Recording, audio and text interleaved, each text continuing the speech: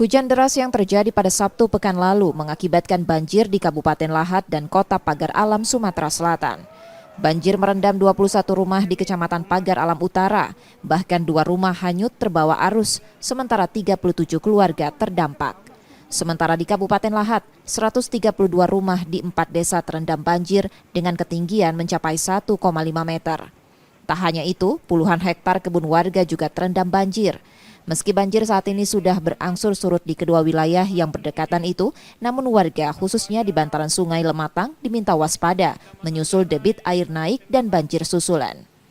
Sejumlah logistik seperti sembako dan lainnya disiapkan untuk warga terdampak banjir melalui posko yang sudah didirikan di masing-masing kecamatan. Dan saat ini warga mulai membersihkan rumah mereka.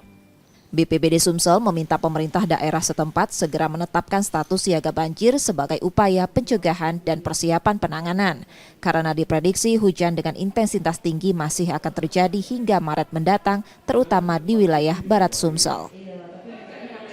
Ya, jadi antisipasi dari pemerintah kabupaten terutama, mereka lebih ke sekarang ini ada beberapa kabupaten baik itu Lahat ataupun kabupaten Kota Pagar Alam, kami meminta segera menetapkan status siaga ataupun tanggap darurat bencana, karena itu salah satu untuk menggerakkan baik itu dari stake OPD yang terkait di pemerintah kabupaten kota ataupun dunia usaha bisa membantu dan turun langsung. Itu jadi upaya sudah dilaksanakan untuk segera menetapkan status siaga, segera pasca pemulihan, jadi masyarakat sudah mulai beraktivitas dan membersihkan dampak-dampak kotoran yang menyelimuti rumah mereka.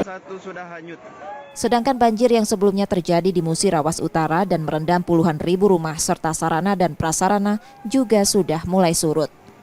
Reski Oktora, Muklas Diferensial, Kompas TV, Palembang, Sumatera Selatan.